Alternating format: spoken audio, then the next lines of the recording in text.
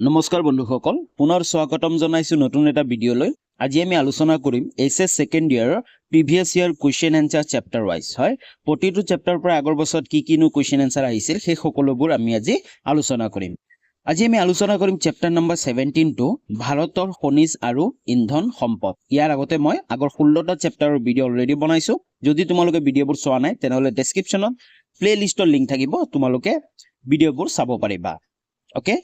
যদি প্ৰথমবাৰ চেনেলটো ভিজিট কৰিছা তেনেহলে চেনেলটো সাবস্ক্ৰাইব কৰি লোৱা লগতে বেল আইকনটো প্ৰেছ কৰি লোৱা তো আহা আজি আমি ভিডিঅটো আৰম্ভ কৰো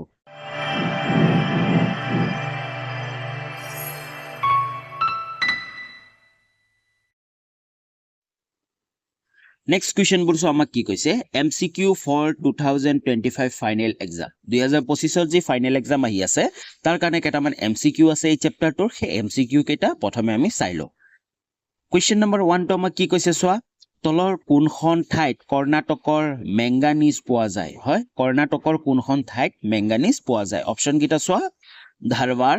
ভাণ্ডাৰা ওপৰৰ এটাও নহয় ইয়াৰ শুদ্ধ উত্তৰটো কি হ'ব অপচন নম্বৰ ক টো হ'ব ধাৰৱাৰ হয় যি ধাৰৱাৰ আছে কৰ্ণাটকৰ তাত কি পোৱা যায় মেংগানিজ পোৱা যায় ওকে নেক্সট কোৱেশ্চন লাগবাহু নেক্সট কোৱেশ্চন 2 নম্বৰ কোৱেশ্চনটো আমাক কি কৈছে তলৰ কোনখন ঠাইত মহাৰাষ্ট্ৰৰ মেংগানিজ পোৱা যায় হয় কোন ঠাইত মহাৰাষ্ট্ৰৰ মেংগানিজ পোৱা যায় অপচন কিটা সোয়া বেলৰি নাগপুৰত ওপৰৰ এটাও নহয় ইয়াৰ শুদ্ধ উত্তৰটো কি হ'ব অপচন নম্বৰ খ টো হ'ব নাগপুৰত হয় মহাৰাষ্ট্ৰৰ নাগপুৰত মেংগানিজ পোৱা যায় বুজি পালা নেক্সট কোৱেশ্চন সোয়া 3 নম্বৰ কোৱেশ্চনটো আমাক কি কৈছে ধাতুৰ খনিজ পদাৰ্থবোৰক কি বোলে হয় যি ধাতুৰ খনিজ পদাৰ্থ আছে সেইবোৰক কি বোলে অপচন কিটা সোয়া খনিজ পদাৰ্থ ধাতব খনিজ পদাৰ্থ ওপৰৰ এটাও নহয় ইয়াৰ শুদ্ধ উত্তৰটো কি হ'ব অপচন নম্বৰ খ টো হ'ব ধাতব খনিজ পদাৰ্থ হয় যি ধাতুৰ খনিজ পদাৰ্থবোৰক কি বুলি কোৱা হয় ধাতব খনিজ পদাৰ্থ বুলি কোৱা হয় বুজি পালা নেক্সট কোৱেশ্চনলৈ আগবাঢ়ো নেক্সট কোৱেশ্চনটো 4 নম্বৰ কোৱেশ্চনটো আমাক কি কৈছে ভাৰতৰ বাণিজ্যিক কেন্দ্ৰত স্থাপন কৰা তেল শোধনাগাৰ কেইটা হয় ভাৰতৰ বাণিজ্যিক কেন্দ্ৰত স্থাপন কৰা কোৱেশ্চনটো বুজি লবা যে ভাৰতৰ বাণিজ্যিক কেন্দ্ৰসমূহত স্থাপন কৰা তেল শোধনাগাৰ কেইটা অপচন কিটা সোয়া 11টা 49টা 3টা ইয়াৰ শুদ্ধ উত্তৰটো কি হ'ব অপচন নম্বৰ ক টো হ'ব 11টা বুজি পালা নেক্সট কোৱেশ্চন সোয়া নেক্সট কোৱেশ্চন 5 নম্বৰটো আমাক কি কৈছে ভাৰতৰ তেল শোধনাগাৰসমূহ মূলত কেইটা অঞ্চলত স্থাপন কৰা হৈছে অপচন কিটা সোয়া 7টা 2টা 5টা ইয়াৰ শুদ্ধ উত্তৰটো কি হ'ব অপচন নম্বৰ খ টো হ'ব 2টা হয় যি ভাৰতৰ তেল শোধনাগাৰসমূহ আছে মূলত কেইটা অঞ্চলত স্থাপন কৰা হৈছে দুটা অঞ্চলত স্থাপন কৰা হৈছে নেক্সট কোৱেশ্চন সোয়া 6 নম্বৰ কোৱেশ্চনটো আমাক কি কৈছে অনবীকৰণ সম্পদৰ দুটা উদাহৰণ হল দুটা নহয় এটা উদাহৰণ হল অপচন কিটা সোয়া লিগানাইটক খনিজ তেল ওপৰৰ এটাও নহয় ইয়াৰ শুদ্ধ উত্তৰটো কি হ'ব অপচন নম্বৰ খ টো হ'ব খনিজ তেল হয় যি খনিজ তেলবোৰ আছে সেইবোৰ কি অনবীকৰণযোগ্য সম্পদ বুলি কোৱা হয় কাৰণ যদি আমি এবাৰ শেষ কৰি দিও খনিজ তেলসমূহ তেনেহলে কি হৈ যাব আমাৰ পৃথিৱীৰ পৰা নাইকিয়া হৈ যাব খনিজ তেলবোৰ আৰু সেইবোৰে যোনবোৰ পুনৰ সৃষ্টি হ'ব নোৱাৰে আৰু আমি শেষ কৰিলে একেবাৰে শেষ হৈ যাব সেইবোৰ হল অনবীকৰণযোগ্য সম্পদ বুজি পালা নেক্সট কোৱেশ্চনলৈ আগবাঢ়ো নেক্সট কোৱেশ্চন সোয়া 7 নম্বৰ কোৱেশ্চনটো আমাক কি কৈছে ভাৰতবৰ্ষত সম্পত্তি কেইটা তেল শোধনাগাৰ স্থাপন কৰা হৈছে হয় ভাৰতবৰ্ষত সম্পত্তি কেইটা তেল শোধনাগাৰ স্থাপন কৰা হৈছে অপচন কিটা সোয়া 78টা 18টা 20টা ইয়াৰ শুদ্ধ উত্তৰটো কি হ'ব অপচন নম্বৰ খ টো হ'ব 18টা হয় বুজি পালা নেক্সট কোৱেশ্চনলৈ আগবাঢ়ো নেক্সট কোৱেশ্চনটো 8 নম্বৰ কোৱেশ্চনটো আমাক কি কৈছে তলৰ কোনটো নবীকৰণযোগ্য শক্তিৰ উৎস অপচন কিটা সোয়া ভূতাপীয় বতাহ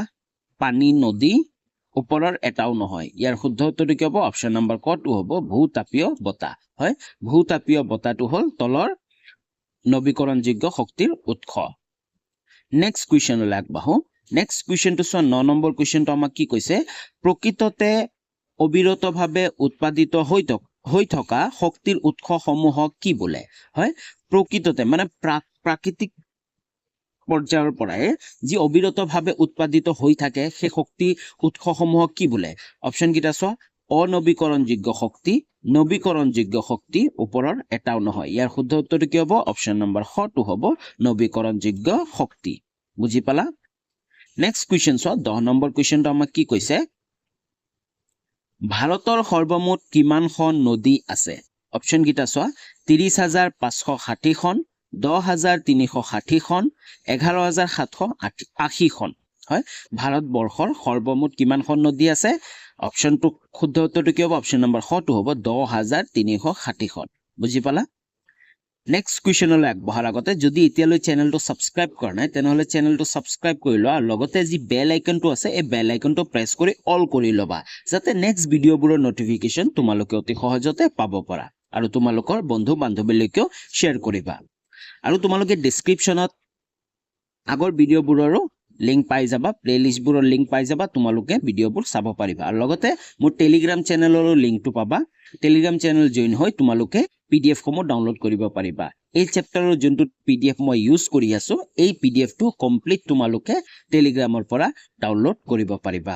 ওকে তো নেক্সট কুৱেশ্যনলৈ আগবাঢ়ো নেক্সট কুৱেশ্যন বোৰ আমাক কি দিছে প্ৰিভিয়াছ ইয়াৰ কুৱেশ্যন এনসাৰ হয় এতিয়া আমি যিবোৰ কুৱেশ্যন এনসাৰ পঢ়িম এইবোৰ কুৱেশ্যন এনসাৰ এই 17 নম্বৰ চেপ্টাৰটোৰ পৰা আগৰ বছৰত আহি যোৱা হয় কুৱেশ্যন নম্বৰ 1 টো চোৱা কি কৈছে আমাক তলৰ কোনখন ৰাজ্যত খনিজ তেলৰ বৃহৎ ভাণ্ডাৰ আছে 2016 চনত এই কুৱেশ্যনটো আহিছিল অপচন গিটা চোৱা বিহাৰ অসম ৰাজস্থান হয় কোনখন ৰাজ্যত খনিজ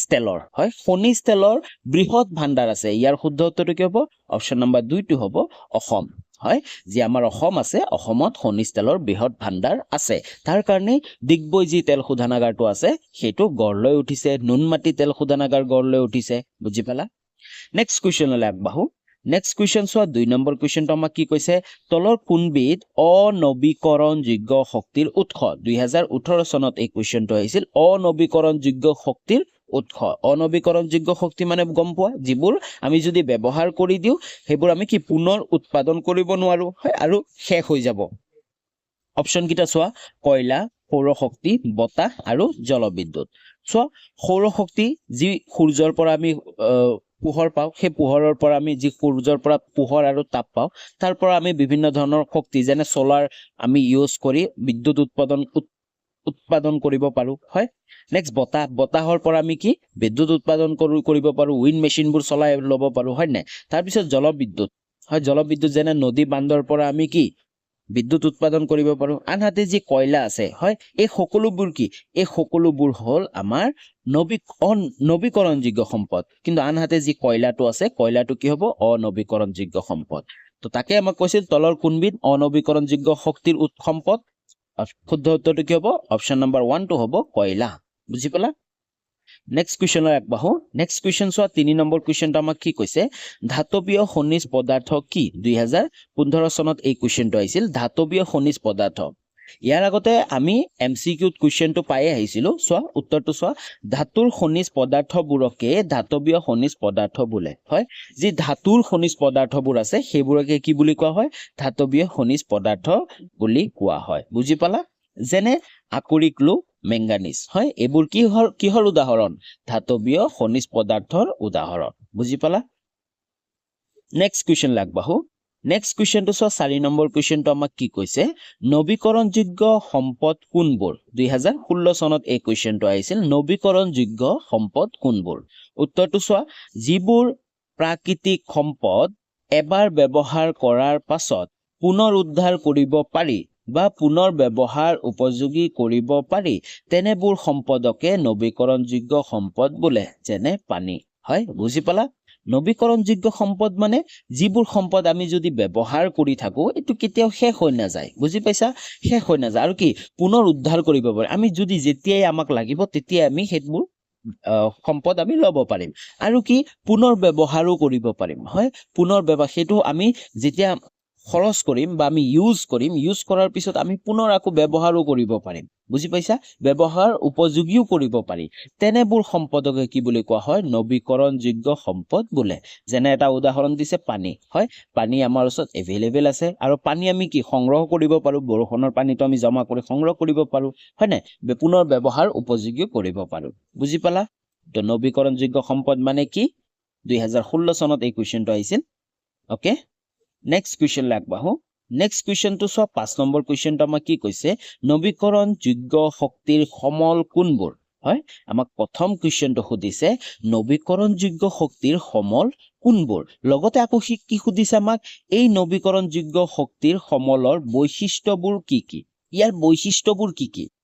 হয় 2013 আৰু 2017 চনত এই কুৱেশ্যনটো আহিছিল মোষ্ট ইম্পৰ্টেণ্ট কুৱেশ্যন হয় এই চেপ্টাৰটোৰ এইটো চোৱা নৱীকৰণযোগ্য শক্তিৰ সমল কোনবোৰ সেইটো আমি উত্তৰটো চাই লওঁ চোৱা প্ৰকৃতত অবিৰতভাৱে উৎপাদিত হৈ থকা শক্তিৰ উৎসসমূহেই হ'ল নৱীকৰণযোগ্য শক্তিৰ উৎস হয় নৱীকৰণযোগ্য শক্তিৰ উৎস মানে কি প্ৰকৃততে অবিৰতভাৱে উৎপাদিত মানে অবিৰতভাৱে কেতিয়া ৰৈ নাযায় উৎপাদিত হৈ আছে বুজি পাইছা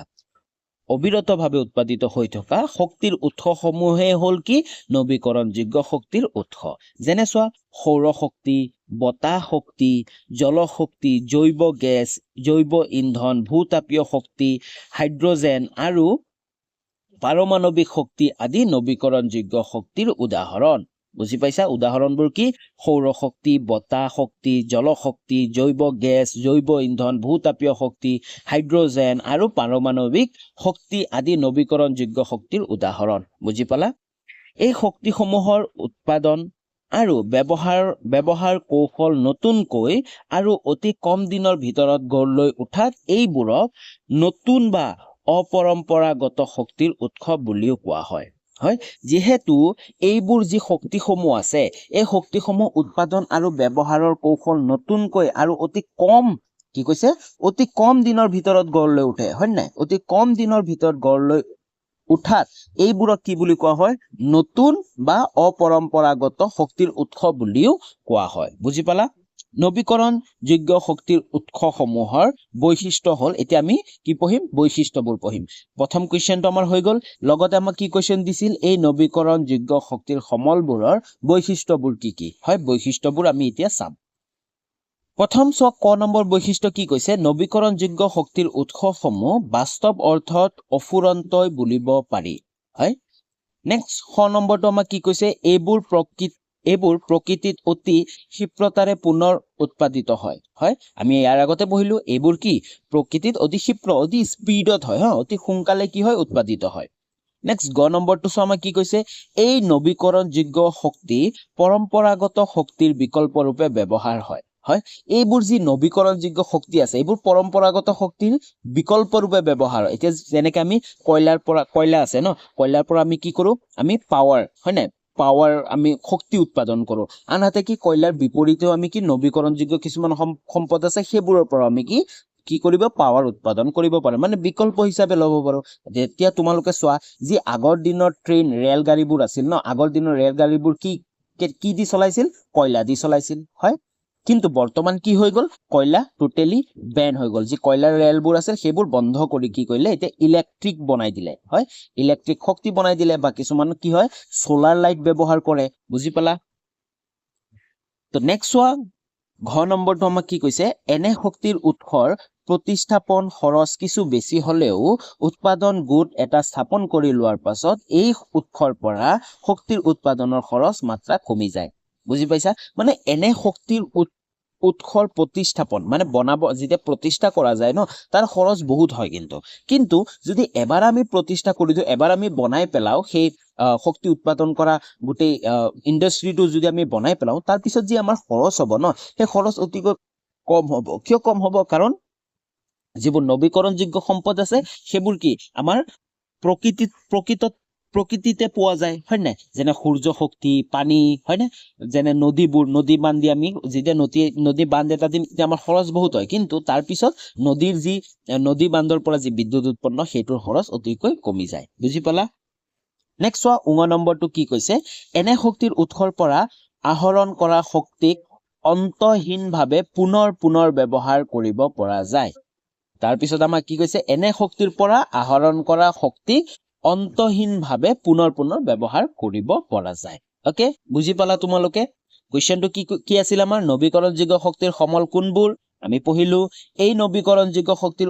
শক্তিৰ সমলৰ বৈশিষ্ট্যবোৰ কি আমি এইকেইটাও পঢ়িলো ওকে বুজি পালা তোমালোকে নেক্সট কুৱেশ্যন আগবাঢ়ো নেক্সট কুৱেশ্যনটো চোৱা আমাক কি কৈছে নেক্সট কুৱেশ্যনটো আমাক কৈছে খনিজ সম্পদ সংৰক্ষণৰ বাবে কি পৰামৰ্শ আগবঢ়াবা 2017 চনত এই কুৱেশ্যনটো আহিছিল চোৱা খনিজ সম্পদ সংৰক্ষণৰ বাবে কি পৰামৰ্শ আগবঢ়াবা তোমালোকে নিজৰ যি ভাৱ আহে তোমালোকে চেপ্টাৰটো পঢ়ি কেনে যে বুজি পাবা যে খনিজ সম্পদবোৰ আচলতে আমাৰ কাৰণে কিমান জৰুৰী আৰু এইবোৰ কি হৈ আছে দিনক দিনে অধিক মাত্ৰাত শেষ হৈ গৈ আছে হয় নাই কমি গৈ আছে খনিজ সম্পদবোৰ তো খনিজ সম্পদবোৰ আমি সংৰক্ষণ কৰিব লাগিব কাৰণ আমাৰ যি আহিবলগীয়া প্ৰজন্ম আছে তেওঁলোকেও খনিজ সম্পদবোৰ কি কৰিব লাগিব ব্যৱহাৰ কৰিব লাগিব হয় নাই একেবাৰেতো শেষ হৈ যাব নোৱাৰি তো এই খনিজ সম্পদবোৰ কেনেকৈ সংৰক্ষণ কৰিব পাৰিম তাৰ কাৰণে তোমালোকে কিছুমান পৰামৰ্শ আগবঢ়াব লাগিব বুজি পালা যেনেহলে যিকোনো পৰামৰ্শ আগবঢ়াব পাৰিবা যিবোৰ খনিজ সম্পদ আছে সেইবোৰৰ ব্যৱহাৰ কমাই দি আমি কি কৰিব পাৰো সৌৰ শক্তি বতাহ হয় এইবোৰৰ সৌৰ শক্তি বতাহ বা নদী বান্ধ দি এইবোৰৰ পৰা কি আমি বিদ্যুৎ উৎপন্ন কৰিব পাৰো হয় এনেধৰণৰ তোমালোকে পৰামৰ্শবোৰ আগবঢ়াবা বাকি যদি তোমালোকে এই কুৱেশ্যনটো এনসাৰটো পঢ়িব বিচাৰা তেনেহলে তোমালোকে ভিডিঅ'টো পজ কৰি পঢ়ি ল'ব পাৰা ওকে একেবাৰে সৰু এনসাৰ হয় তোমালোকে পঢ়িলে একেবাৰে বুজি পাই যাবা মেইন এনসাৰ এইটোৱে হ'ব তোমালোকে নিজে কিছুমান পৰামৰ্শ আগবঢ়াবা হয় যি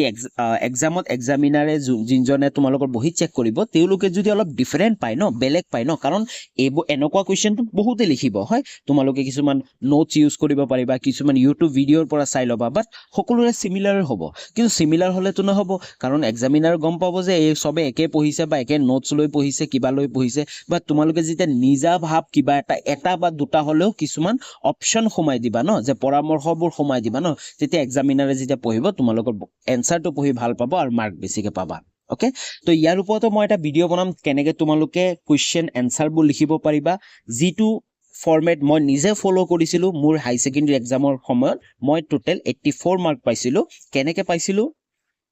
সেই সকলোবোৰ তোমালোকক মই ধুনীয়াকৈ এটা ভিডিঅ' যোগে বনাই তোমালোকক বুজাবলৈ চেষ্টা কৰিম যদি ভিডিঅ'টো ভাল পালা তেনেহ'লে চেনেলটো ছাবস্ক্ৰাইব কৰা লগতে বেল আইকনটো প্ৰেছ কৰিব নাপাহৰিবা আৰু ভিডিঅ'টো লাইক কৰা বন্ধু বান্ধৱীলৈকে শ্বেয়াৰ কৰা পুনৰ লগ পাম নতুন এটা ভিডিঅ'লৈ তেতিয়ালৈ বাই বাই